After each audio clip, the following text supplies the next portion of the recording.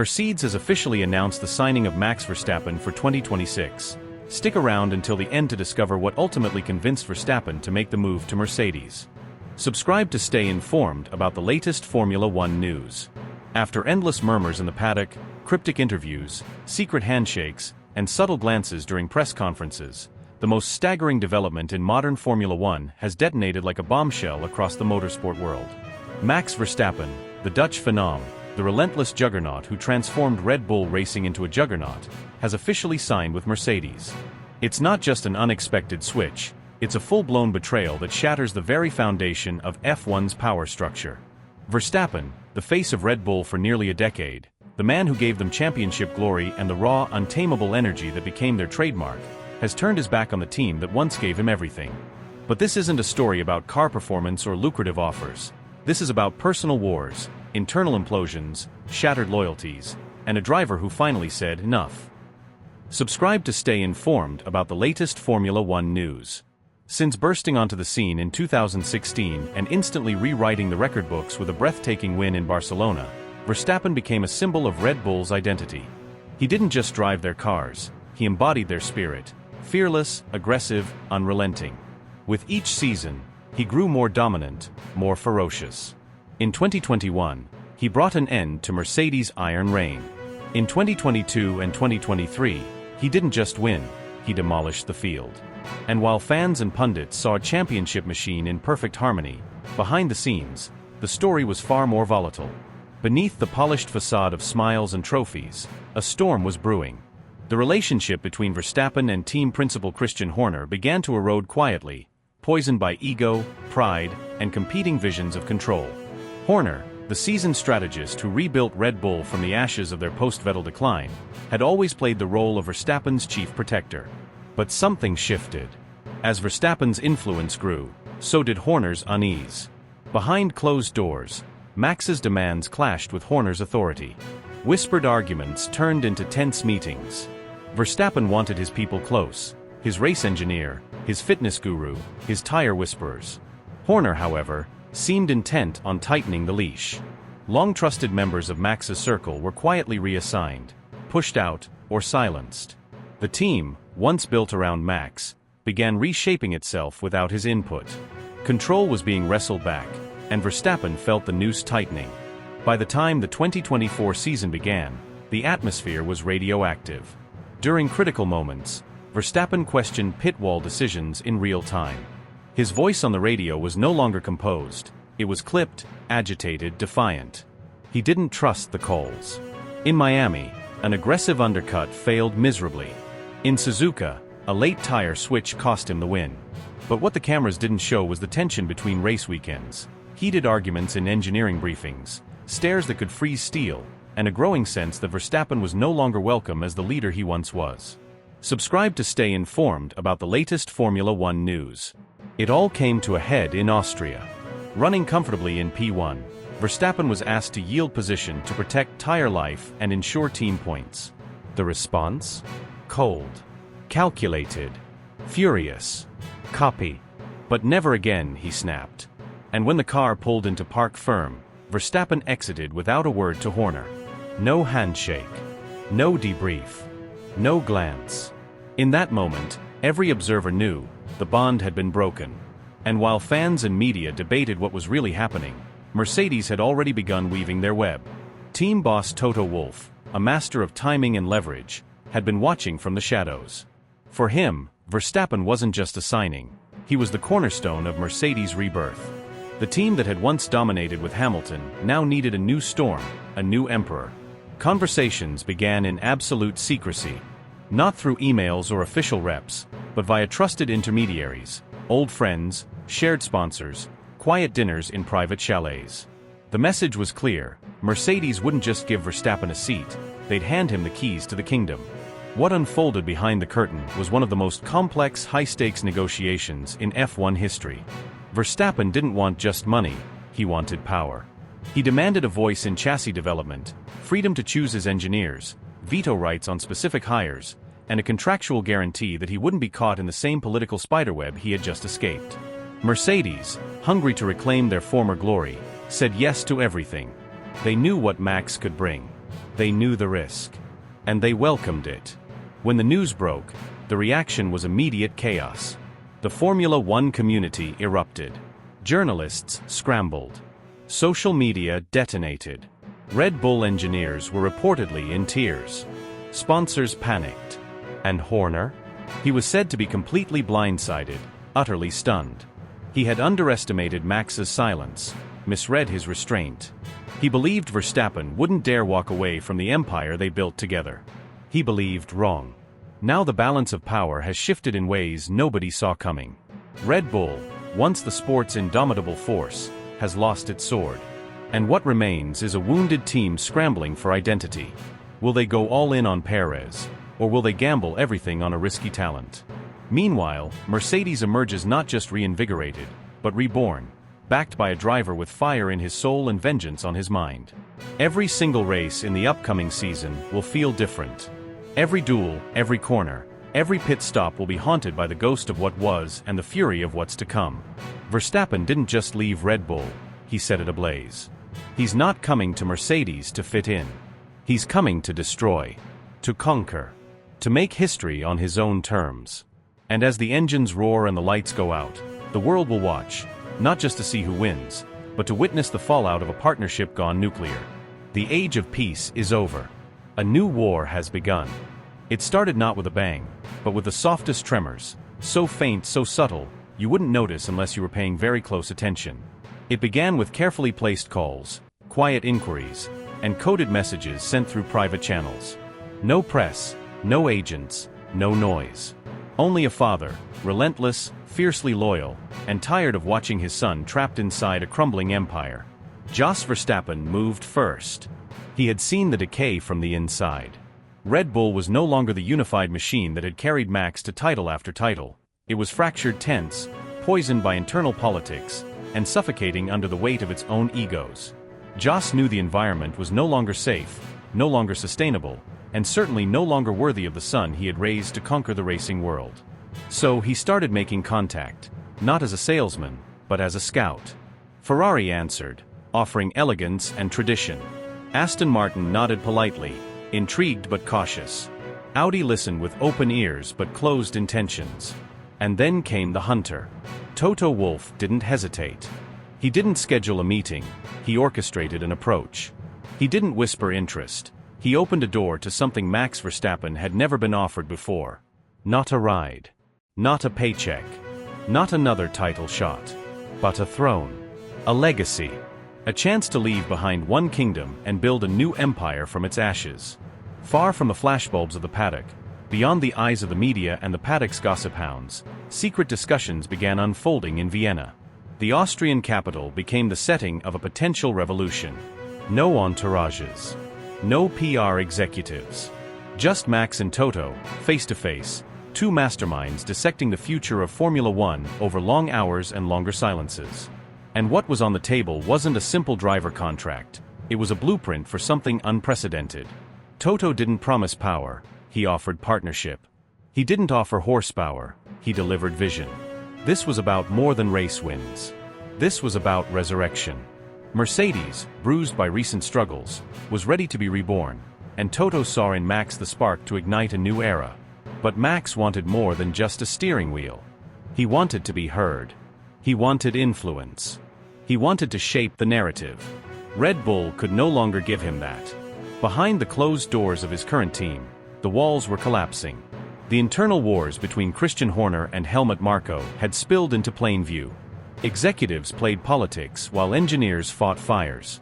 What used to be a fortress had become a battlefield.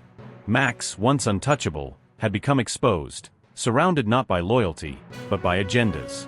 His input was being diluted. His voice, once sacred, was now just another opinion in a boardroom war. And he hated it. So when Toto looked him in the eye and said, "We want to build Mercedes with you, not just around you," it hit deeper than any offer before. Because it wasn't flattery. It was truth. It was a calling. Max wasn't being recruited, he was being invited to lead a renaissance. Insiders with direct knowledge of the talks described them as nothing short of revolutionary. Multi-year proposals were drafted, not merely based on lap times or podiums, but on strategic influence, long-term technical development, and brand evolution. Max would be more than just a racer. He would help shape car concepts, impact driver academy decisions, and even weigh in on future team hires. He wasn't being handed a seat, he was being offered the keys to a kingdom. And yet, all of it remained invisible to the outside world. While fans debated lap times and constructors' standings, the real war was taking place in private lounges, encrypted chats, and private jets streaking across Europe. Max wasn't just considering a switch, he was contemplating a reinvention. He was questioning everything he had known, everything he had built, and wondering if perhaps his greatest triumphs were still ahead, but in silver, not blue. What made this potential defection so explosive wasn't merely its size, it was its symbolism. This wasn't Hamilton leaving McLaren. This wasn't Vettel's jump to Ferrari. This was deeper, more layered. This was a generational shift. A statement. A declaration that the old order was collapsing and something new was emerging, crafted by two of the most ruthless and ambitious minds the sport has ever seen. Toto saw a future no one else dared imagine. Max saw a future he no longer believed Red Bull could provide. Together, they weren't just planning a partnership, they were plotting an overhaul of Formula One itself. The politics, the hierarchies, the traditions, they were ready to tear it all down and rebuild it in their image. A clean slate. A new dynasty. And now, even as silence blankets the paddock, even as Red Bull publicly pretends all is well, the tremors grow louder. Mercedes, once wounded, is awakening. Verstappen, once bound, is breaking free. The move hasn't happened. Not yet. But if it does, it won't be just a transfer. It will be a reckoning. Toto Wolff didn't make an offer, he launched a full-scale transformation. What was presented to Max Verstappen wasn't a contract, it was a manifesto. A revolution. A total recalibration of Mercedes' DNA, all revolving around one name, Max. From the very first conversation, it was clear that Wolff wasn't merely interested in adding Verstappen to the roster, he was ready to surrender the keys to the kingdom. Not just a seat, not just preferential treatment, total centrality. Verstappen wouldn't be part of the team, he would be the epicenter. Inside Brackley, the shift has already begun. The internal structure, long known for its egalitarian spirit and database decisions, is being rewritten. Mercedes, a team once built around balance, logic and tradition, is now being re-engineered emotionally, technically, and strategically to orbit around one driver's dominance. George Russell remains in the garage, but the message has been thunderous and unmistakable: there is no shared leadership. Verstappen is the alpha, the anchor, the force shaping every element of the future. Engineers have scrapped blueprints. Simulators have been retuned. Project M26 is no longer just a car, it's a vessel built for one soul, one driving style, one obsession with perfection. Verstappen's preference for a hyperreactive front end, immediate rotation through apexes, and a rear that dances on the edge of oversteer has become law. His inner circle has already submitted extensive reports, and Mercedes technical teams are aligning every parameter: steering weight, differential settings, traction zones, suspension articulation, around the driving fingerprint of a man whose precision borders on surreal. This isn't just about design. It's about philosophy. Every decision, every upgrade path, every test session will now filter through the lens of what maximizes his performance. Straight-line speed will be sacrificed for surgical agility. Brake systems are being rebuilt from the ground up to match Verstappen's fierce, late, laser-sharp stopping technique. Data teams have shifted their simulation architecture to prioritize the sensory feedback Max demands. And the most radical part? He doesn't even need to ask. It's already happening. And then, there's the money. But calling it a salary would be insulting. This is an economic supernova. A financial package so enormous, so unprecedented, that it obliterates any prior record in motorsport history. A guaranteed $70 million per year net, not gross, not inflated by clauses, but locked in, simply for showing up on the grid. And that's just the starting point. Once bonuses, licensing deals, and partnership revenue begin flowing, Verstappen's earnings could soar past $90 million annually. Some insiders say 9 figures is not a fantasy, it's a formality. Yet astonishingly, the real clincher wasn't even the cash.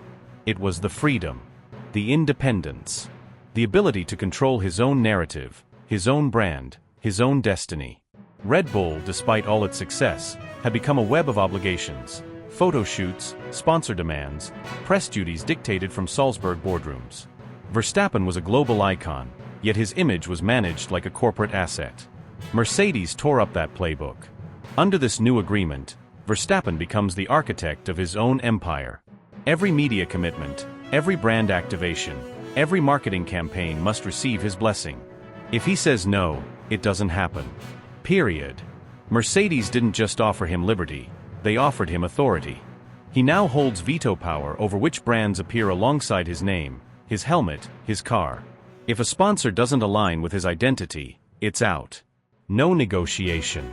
This is power F1 drivers have only dreamed of. Verstappen has crossed into territory usually reserved for elite athletes in global megasports. Total brand sovereignty within a team structure. What this move has triggered behind the scenes is equally explosive. Technical directors from rival teams are already probing for future openings at Mercedes, eager to align themselves with what's being described as the birth of a dynasty. Marketing executives are lobbying for a seat at the table. Young drivers across the grid now realize that the Verstappen effect is going to reshape not just race weekends, but the sport's entire hierarchy. This is not a deal. It's a takeover. A coup. A reshuffling of the power structure in Formula One so fundamental that nothing remains untouched. The calendar may say 2026 is the future, but in truth, the new era has already begun. Verstappen hasn't just signed a contract. He's seized the narrative. He's bent an empire to his will. And in doing so, he's forever changed the sport we thought we knew. No headlines needed. Everyone's already watching. In Formula One, the most consequential choices aren't made on paper or in front of flashing cameras. They're born in moments away from the spotlight, moments thick with silence, tension, and truth. What happened in Monaco wasn't part of any media plan. It wasn't rehearsed or leaked. It was a clandestine summit between two of the sport's most commanding forces, Max Verstappen and Toto Wolff. No assistants, no distractions. Just ambition meeting opportunity in a room where whispers carry more weight than contracts. Verstappen entered the suite with a storm behind his eyes. He wasn't there to be courted with cliches or lured with zeros on a check. He didn't need a pitch, he needed a vision. And Wolff, calm but piercingly focused, offered him just that. No introductions. No build-up. Just a single deliberate declaration. Max, I'm not asking you to join Mercedes. I'm asking you to help redefine it. That wasn't a recruitment line. It was a challenge. And Max didn't blink. His gaze, sharp as a blade, flickered with interest, calculation, and most dangerously, possibility. What followed wasn't a conversation. It was a symphony of strategy, ideology, and future building. For over 4 relentless hours, they dismantled assumptions and rebuilt blueprints. No topic was too granular, no question too bold. They dove deep into the DNA of the 2026 machine, not just its shape or speed, but its soul. Max didn't want a car built for someone else. He wanted an extension of himself, responsive, intuitive, untethered from compromise. But it wasn't just the machinery that concerned him. It was the mechanics of power. He had seen what Red Bull's inner circles could do, how allegiances shifted in shadows, how politics clouded performance. He refused to be another pawn moved by unseen hands. If he was going to commit, it would be on his terms. And Wolff didn't flinch. He didn't counter with promises. He answered with structure. Mercedes agreed to launch a new operational interface, an elite unit designed exclusively to bridge the gap between driver feedback and technical execution. And the kicker? Max would personally select the individuals who would run it. Not advisors. Not handlers. His people. His network. Embedded within the team. Not above it. Not beside it. Inside it. That alone would have made headlines. But Wolff went further. In a move that startled even those closest to him, he granted Verstappen an unofficial yet deeply influential role on the incoming Power Unit Advisory Board, giving him insight and input into the next generation of hybrid technology. No driver had ever been granted such intimate access to the core of an engine program before. This wasn't symbolic. It was revolutionary. Suddenly, this wasn't just about winning races. It was about reshaping the very ecosystem of a team. Verstappen wasn't being offered a seat. He was being handed a chisel and invited to carve out the future.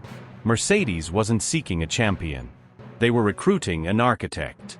And in that room, surrounded by velvet silence and the faint hum of Monaco nightlife outside, something rare unfolded. Not negotiation. Not persuasion. Alignment. Two powerhouses realizing that their ambitions didn't clash, they converged. Verstappen, who once vowed allegiance to the energy drink empire that made him a legend, was now standing at the threshold of a much bigger legacy, one that he could design, direct, and dominate. No fanfare. No handshake photos. Just a shared recognition that they had just detonated the first spark of a seismic shift. No signature was needed to confirm what both already knew: the balance of Formula One had begun to tilt. Quietly. Irrevocably. And entirely by design. One of the most spine-tingling, emotionally explosive points in that ultra-private meeting, held in a room where even the walls felt like they were listening, came when Toto Wolff took a deep breath, locked eyes with Max Verstappen, and shattered any remaining ambiguity with a sentence that hung in the air like a thunderclap. "George is outstanding. But you're once in a lifetime. And we've never hesitated to bet everything on excellence." That wasn't flattery. That was a battle cry. A message carved from conviction, not diplomacy. It wasn't just about signing a driver, it was about handing him the keys to the empire. Wolff didn't blink. There was no sugar-dusted PR language. Just raw, fearless transparency. He laid out a vision where every ounce of developmental focus, from simulator sessions to mid-season upgrades, would orbit around Max's style, Max's input, Max's feel for the machine. The car would evolve with his DNA embedded in its carbon fiber. George Russell would remain integral, yes, but his trajectory would need to harmonize with Max's direction. Unless, of course, his lap times and racecraft left no room for question. The hierarchy was crystal clear. It was ruthless. It was honest. And it hit Max like an adrenaline shot to the soul. For a man who had spent years tangled in the political spiderweb of Red Bull, where factions formed behind closed doors and trust was as fragile as a front wing in turn one, this was revolutionary.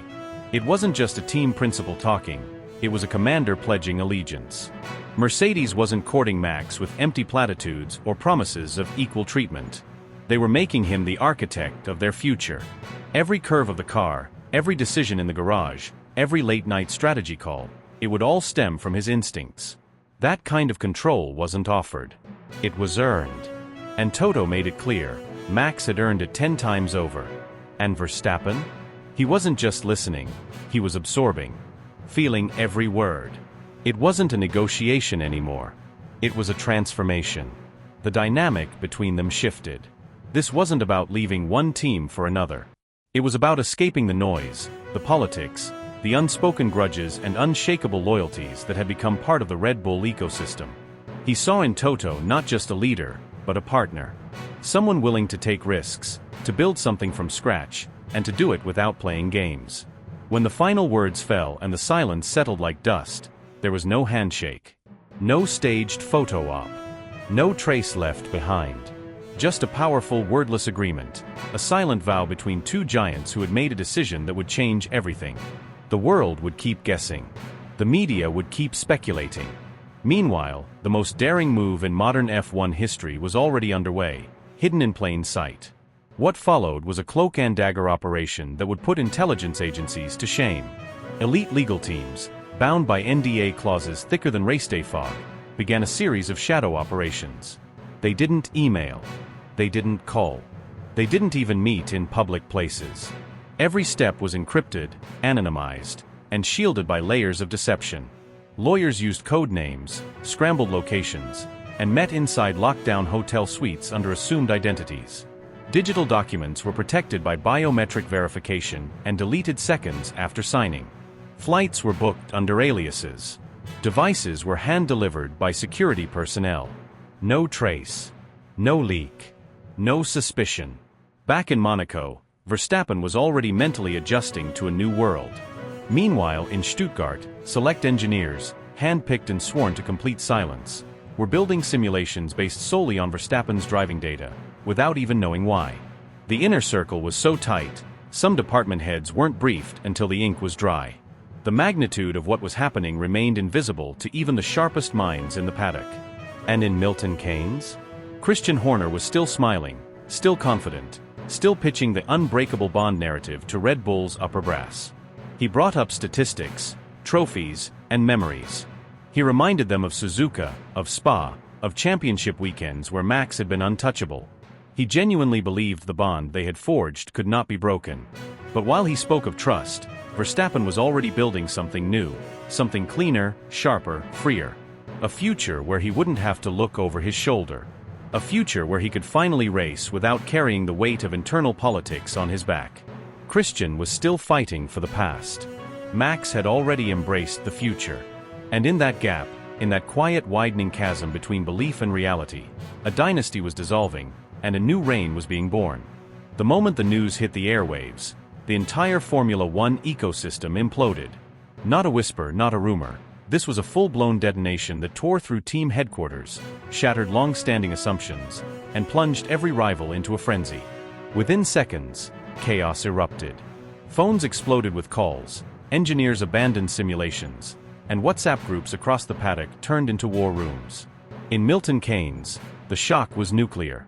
Christian Horner, utterly blindsided, reportedly lost control in a private meeting, slamming fists on the table, voices raised to deafening levels, as disbelief turned into pure volcanic rage.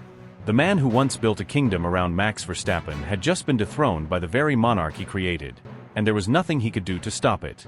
Red Bull's legal battalion surged into action, launching a full-scale effort to claw him back. Top-tier attorneys flew in, pages of contracts were dissected down to every clause, and entire teams pored over signatures like forensic scientists. They clung to vague loyalty frameworks, obscure performance thresholds, internal behavioral standards, grasping at legal straws in a storm of desperation. But Verstappen's camp had already orchestrated the perfect escape plan. This wasn't an impulsive switch. This was months, if not years, in the making. Hidden within the fine print of his agreement was a surgical clause, silently waiting for Red Bull to slip. And they did. Multiple times. Violations of internal benchmarks, structural commitments ignored, behind-the-scenes guarantees quietly broken. It was the legal equivalent of stepping on a landmine they had buried themselves. When the clause activated, Verstappen was already airborne. By the time Horner realized what was happening, the ink was dry. The 2026 season will be unrecognizable. A seismic reshuffling is underway, with Verstappen at the heart of it all. No longer bound by the suffocating politics of Red Bull, no longer restrained by internal agendas, he now steps into a machine that is ready to be rebuilt in his image. Mercedes, a team once accused of slipping into irrelevance, has detonated the narrative. This isn't just a comeback, it's an uprising. They haven't hired a driver. They've crowned a dictator. The car, the crew, the systems, they are now orbiting Max. He's not a star in the team. He is the gravitational center. Every department, from aerodynamics to analytics, is being recalibrated around his instincts, his demands, his mentality. This is not a collaborative venture. It's a total regime change. For Max, this isn't about paychecks or headlines. It's liberation. It's personal. He spent years navigating a Red Bull labyrinth built on favoritism, strained alliances, shifting loyalties. Behind the public smiles were fractured relationships, quiet resentment, and decisions made in rooms he wasn't invited into. But now, he steps into Mercedes not as a pawn, not as an employee, but as the architect of their future. There's no compromise here. The car will breathe his philosophy. The data team answers to him. The strategy unit listens when he speaks. Every tire compound, every wing adjustment, every race weekend simulation, it's all crafted to suit his weaponized driving style. It's not about fitting in. It's about taking over. Then there's Toto Wolff. No longer just a rival boss, he's now Verstappen's strategic partner, his co-conspirator in this audacious plot to rewrite Formula One. The connection between them is intense. Communication is constant. They're aligned on every front: goals, culture, ambition. There's no micromanaging, no ego games, no resistance. Toto knows exactly who Verstappen is, and he doesn't try to tame the fire, he pours fuel on it. What started as mutual respect has evolved into a lethal alliance. One is the tactician. The other is the executioner. And the grid should be terrified. Verstappen's contract is the most aggressive in modern F1 history. Rumors say it dwarfs even Hamilton's peak deals, north of $70 million annually, not counting mind-bending bonuses tied to domination. But this isn't just about the money. He's being given the blueprint. The 2026 Challenger isn't just being designed with him in mind, it's being built for him by him. The chassis, the engine characteristics, the cockpit ergonomics, it all bends to his will. Mercedes is no longer just engineering a car. They're engineering a weapon tailored for their new warlord. And this? This is war. The paddock knows it. The silence from Red Bull is deafening. They've gone from unshakable dynasty to defensive posture almost overnight. Internally, the team is in chaos, department scrambling, morale shaken, trust fractured. How do you replace a driver who wasn't just fast, but who was the identity of your team? You don't. You survive the fallout. Meanwhile, Mercedes moves in silence. No fanfare. No press spectacle. Just the sound of machines being reprogrammed and race simulations spitting out numbers that make rival teams sweat bullets. The rest of the grid is left in disarray. Contracts are being re-evaluated. Sponsors are shifting allegiances. Talented engineers are looking for exits. Team principals are holding emergency meetings to rethink long-term strategies. The Verstappen domino didn't just fall, it obliterated the entire table.